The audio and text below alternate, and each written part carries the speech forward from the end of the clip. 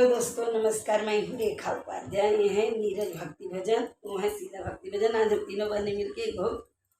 चटाकेदार मजाकिया नाच की सुना जा रहे हैं। आप सबको अच्छा लगे तो कमेंट में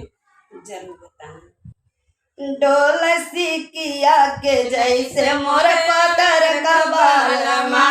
डोल सिकिया के जैसे मोर पतर का बालमा, जब हम गई रे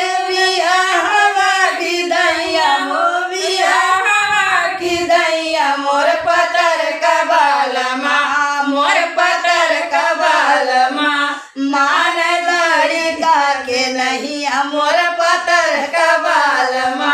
मान लड़का के नहीं मोर पतर का बालमा,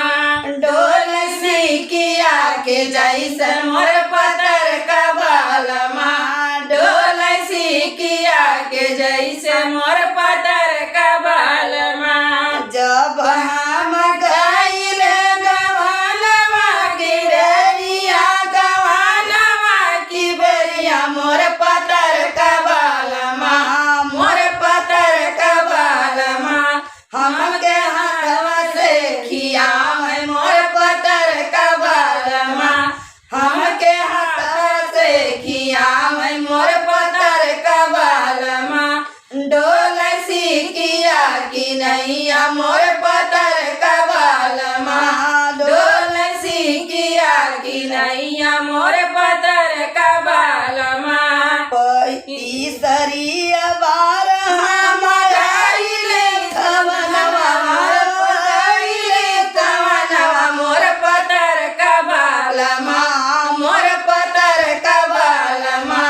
भोर ढूढ़िया की नहीं मोर पतर का बालमा, भोर ढूढ़िया की नहीं मोर पतर का बालमा, डोल सिकिया के नहीं मोर पतर का बालमा, डोल सिकिया की नहीं मोर पतर का बालमा, जब हम गईले अनौनी पटौनी, मोर अनौनी पटौनी, मोर पतर का बालमा, मोर पतर का बालमा, कूट सहुआ की नहीं मोर पतर का बालमा, कूट सहुआ की नहीं मोर पतर का बालमा, डोल सिकिया की नहीं मोर पतर का बालमा, डोल सिकिया की नहीं मोर